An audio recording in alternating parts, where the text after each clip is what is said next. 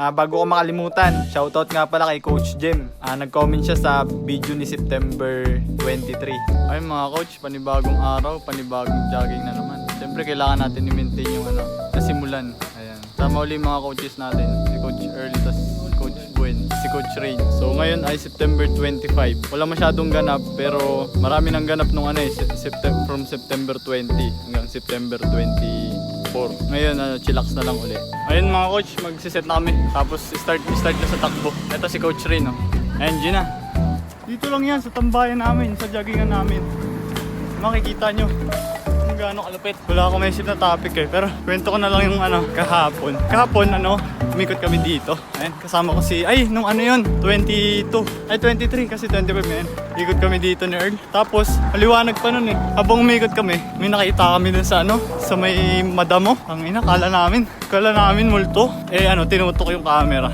Pagtutok ko dun sa camera, tao pala, gago. Ayun, tinuro ko kay Earl. Pagkaturo ko kay Earl, tumayo yung dalawa. Akala namin lalapit sa amin. Umalis. Tapos sabi ni Earl, tinatambay lang, natambay. Baka oras na uwian nila. Oo, uwian. Siguro papakita ko sa inyo kung ano yung ginagawa nila dun. Pupunta na uli kami dun sa haunted house. Ito yun Kita nyo ba yan? Ayan, dito yung kinikwento ko sa inyo. 800 meters. Jogging tayo pabalik. 800 meters pa lang. Naka 800 meters na kami mga coach. Ayan. Dito yung may tumatambay. Sabi namin, kaso ang dilim dito. Kita nyo, di ba? Ang kaya, trabaho.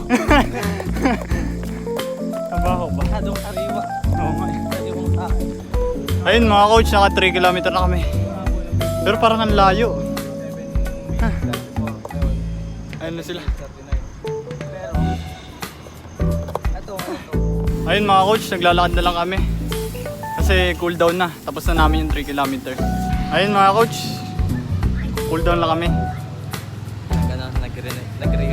Nag-reunite sila, sila Lola ni Wani. Tapos si Buen. Ang maling pagkikita. Ayun mga coach, nakauwi na kami dito sa bahay and then nakapagpahinga na din. Napakagandang progress ngayon, naka 3 kilometer na naman kami ng mga coaches ko. Nakainom na rin kami ng mga kailangang nutrients. Lemon, water, sodium, tapos honey.